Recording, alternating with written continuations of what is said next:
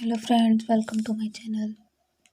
चलिए, अभी तक लास्ट वाले वीडियो में हमने निम्नपुरा पाषाण काल के बारे में पढ़ा था। अब चलिए जानते हैं मध्यपुरा पाषाण काल के बारे में। मध्यपुरा पाषाण काल में मानव निरक्षर था और उसे लिपि का ज्ञान नहीं था। वह खाद्य संग्राहक था और खानाबदोश जीवन जी रहा था। पूरा मध्यपुरा पाषाण काल में प्रस्तर, जैस्पर, फ्लिंट, चर्ट, पिछले वाले में पढ़े थे ना, चॉपर, चॉपिंग, ये क्लेवर, ये सब था। इसमें प्रस्तर क्या है? Jasper, flint, chert. उपकरण borer, burin, scraper, point. Borer, burin, scraper, point. इसको आप बीएसपी से भी मतलब ट्रिक से याद कर सकते हैं अगर याद करने में दिक्कत हो तो। बी से हो गया बोरर, ब्यूरिन, और एस से स्केपर, और पी से पॉइंट। चलिए अब जानते हैं उपकरण संस्कृति के बारे में। उपकरण संस्कृति, यहाँ की संस्कृति फलक पर आधारित है। फलक क्या होता है? चिप्पी पर जो औजार बने उसे फलक कहा जाता है। यानी जो चिप्पी कटी हुई थी, ऐसे उसमें थी ना चिप्पी, ऐसे एक गोला था तो गोले के किनारे से का भाग जो निकला था उसे चिप्पी कहा है। तो वही चिप्पी पर जो औजार बने उसे फलक कहा जाता था। यानी जो चिप्पी पतली से निकली उस पे जो औजार बनते थे उसे फलक कहा जाता था, इसीलिए इसे फलक संस्कृति कहा जाता था। और मुस्तारी संस्कृति भी कही जाती है या कहा जाता है इसे। यानी मध्यपुरा पाषाण काल को फलक संस्कृति भी कहा जाता है और मुस्तारी संस्कृति भी। मध्य पाषाण काल का विस्तार जानेंगे। अब मध्य पाषाण काल का विस्तार कहाँ से कहाँ तक था? उत्तर भारत में इसका विस्तार भीमबेटका, सोन घाटी, बेलन घाटी, ये जितना भी नाम है ये कहाँ है? मध्य प्रदेश में। भीमबेटका, जैसे आपने निम्नपुरा पाषाण काल में भी भीमबेटका और सोन घाटी पढ़ा था, और फिर बेलन घाटी। फिर चलिए जानते हैं महाराष्ट्र में नेवासा और चिरकी। नेवासा जो था वो मध्यपुरा पाषाण काल का प्रारूप स्थल था। अब चलिए जानते हैं राजस्थान के बारे में। ना, राजस्थान का मध्यपुरा पाषाण काल का मतलब राजस्थान मध्यपुरा पाषाण काल का स्थल है।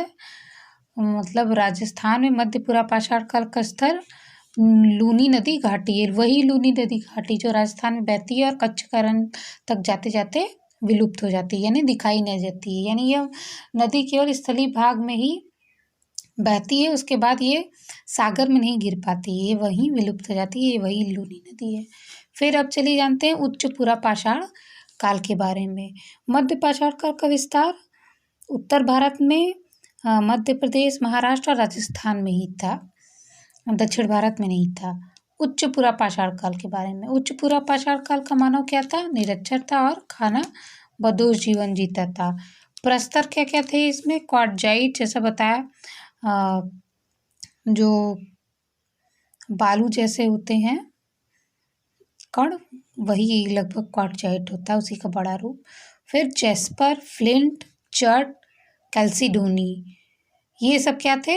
उच्चपुरा पाषाण काल के प्रस्तर थे। उपकरण क्या क्या थे? मध्यपुरा पाषाण काल में थे वही, उसमें ब्लेड जुड़ जाएगा, यानी बोरर, ब्यूरिन, स्केपर, फ्लिंट और प्लस ब्लेड उपकरण। ये सब क्या थे? 1 2 3 4 5 जो थे वो उच्चपुरा पाषाण काल के उपकरण थे, क्योंकि जितने पिछले थे वो सब इसी में जुड़ता जाएगा। बोरर, ब्यूरिन, स्केपर, फ्लिंट और ब्लेड उपकरण। उपकरण संस्कृति क्या? तीनों की मिला के उपकरण संस्कृति का ट्रिक है ए मोम। ए मोम से हो गया, अ से एविपेली, ए से एश्यूरी, म से मुश्तारी और म से मगधाग्लिनी। उच्चपुरा पाषाण काल की संस्कृति का नाम क्या है? मगधाग्लिनी। तथा ब्लेड संस्कृति भी इसे कहा जाता है, क्योंकि ब्लेड उपकरण उच्चपुरा पाषाण काल में ही बना। चलिए अब एक ट्रिक याद करते हैं प्रस्तर की, जो निम्न, मध्य और उच्चपुरा पाषाण काल तीनों के को एक साथ लेकर बनाया गया, ताकि आपको आसानी से याद हो सके कि निम्नपुरा पाषाण काल में क्या प्रस्तर थे, मध्य में क्या थे और उच्च में क्या थे। आप इसको थोड़ा सा साफ लिख लेंगे एक जगह, ताकि यहाँ पे थोड़ा मैसी हो गया है। प्रस्तर निम्नपुरा पाषाण काल में क्या थे? निम्न पूरा पाषाण काल में क्यों, कैसे आप याद करेंगे ट्रिक, क्यों क्यों JPC के पीछे पड़े हो, ये हमारे सर ने ट्रिक बताई है। इससे अगर आपको आसानी से याद हो सके तो आप इसको याद कर सकते हैं। क्यों JPC के पीछे पड़े हो।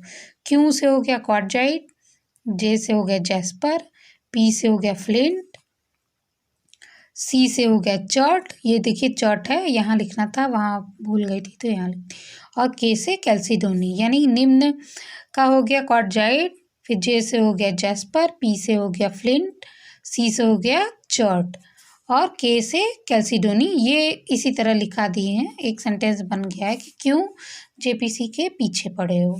ये देखिए ट्रिक है प्रस्तर को याद करने की, ताकि आपको कन्फ्यूज़न न हो कि किस में कौन सा प्रस्तर आएगा। चलिए अब एक चार्ट बना लेते हैं ताकि उसमें उपकरण और संस्कृति को आसानी से याद कर सकें। निम्न पूरा पाषाण काल, मध्य पूरा पाषाण काल और उच्च। पहले निम्न लिखेंगे, फिर बीच में मध्य और लास्ट में उच्च पूरा पाषाण।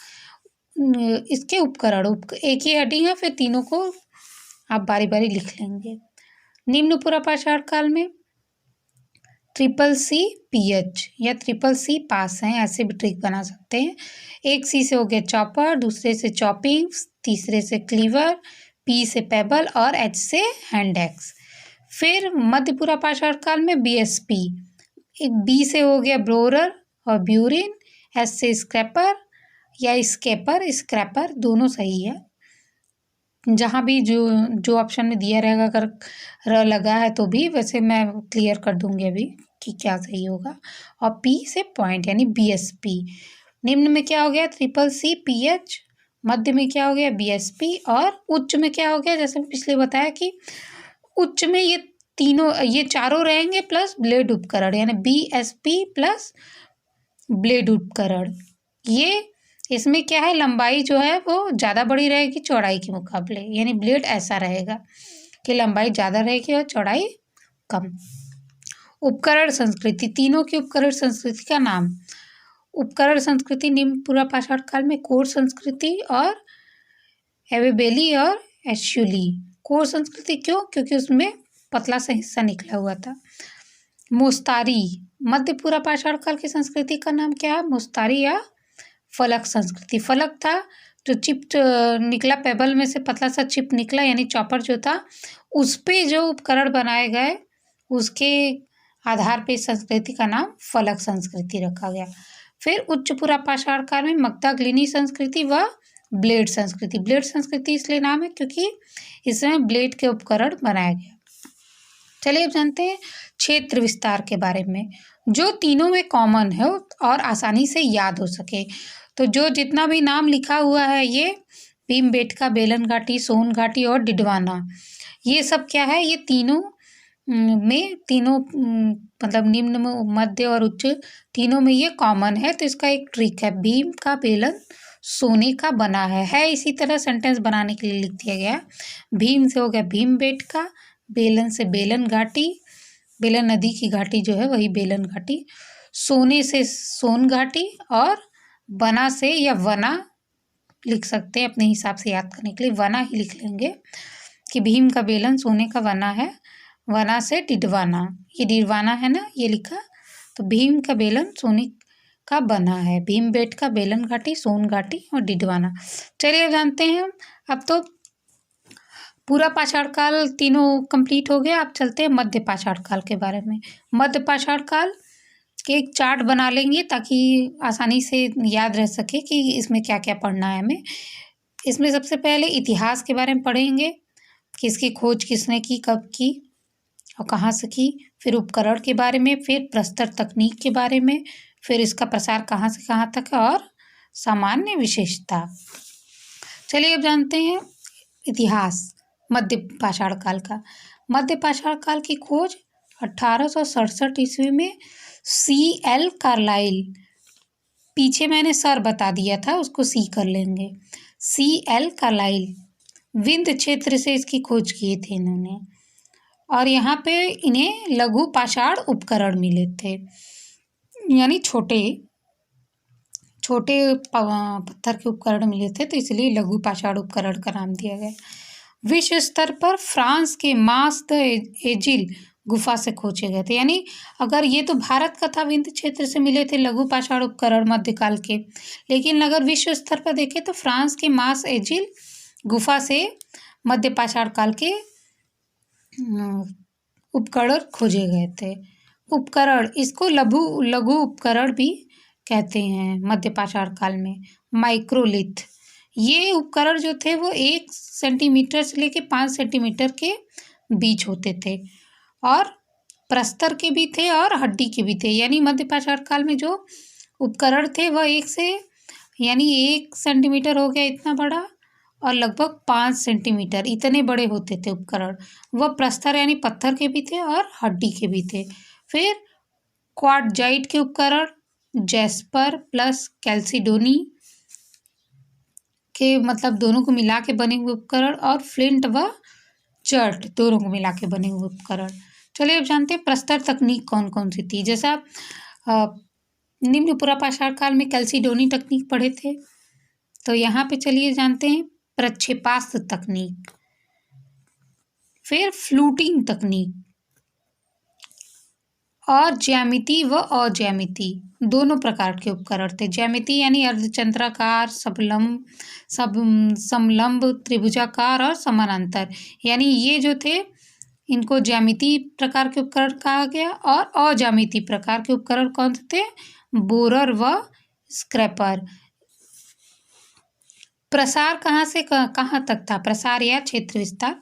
उत्तर प्रदेश में मध्य पाषाण काल का प्रसार कहाँ से कहाँ तक था? प्रतापपुर में, मिर्ज़ापुर में और इलाहाबाद में। इनमें भी कई जगह, जैसे यहाँ पे भी 2-2, 3-3 जगहों पर मध्य पाषाण काल का मतलब विस्तार था।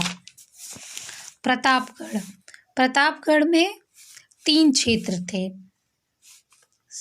सराय नाहराय, दमदमा और महदहा।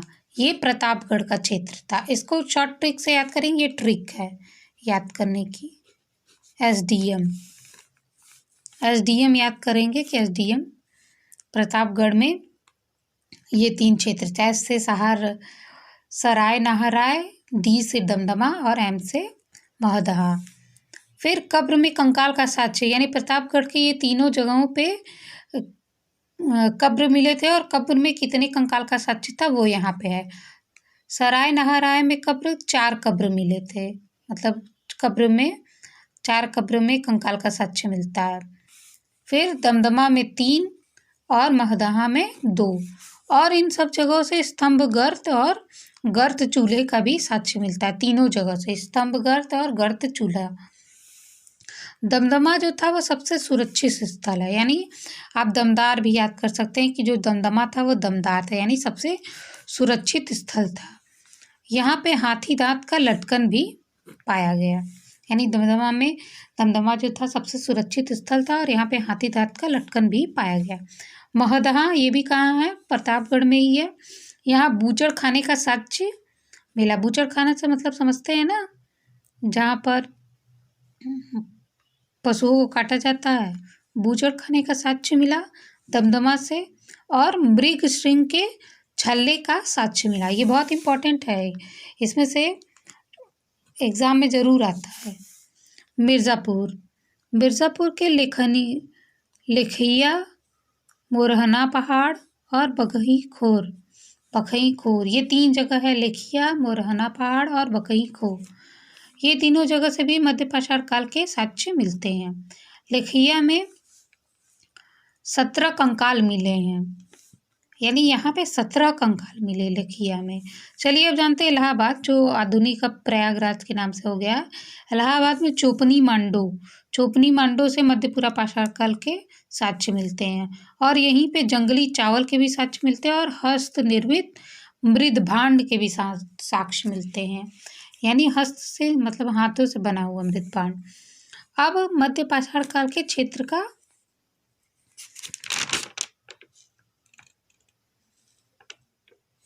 मध्य पाषाण काल के क्षेत्र का विस्तार। मध्य पाषाण काल के क्षेत्र का विस्तार पश्चिम बंगाल में वीरभानपुर में, और इसकी खोज किसने की? बीबी लाल ने, यानी पश्चिम बंगाल में बिरभानपुर में इसका क्षेत्र विस्तार मिलता है और इसकी खोज की बीबी लाल ने। उड़ीसा में कुचाई और सुंदरगढ़ में मध्य पाषाण काल के ये स्थल हैं। उड़ीसा में कुचाई और सुंदरगढ़।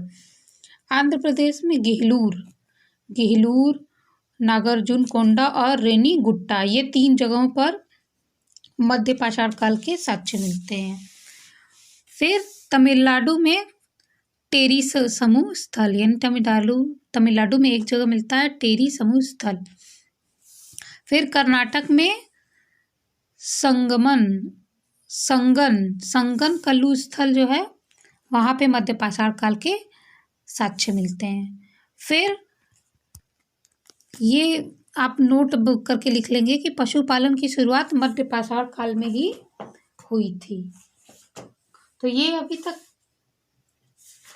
तक ये हमने पढ़ लिया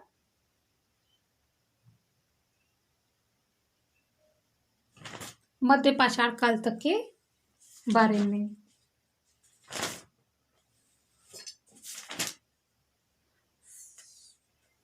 अब नेक्स्ट वीडियो में पढ़ेंगे नव पाषाण काल के बारे में और फिर सिंधु घाटी की सभ्यता के बारे में। चलिए, इसके लिए इतने के लिए थैंक यू।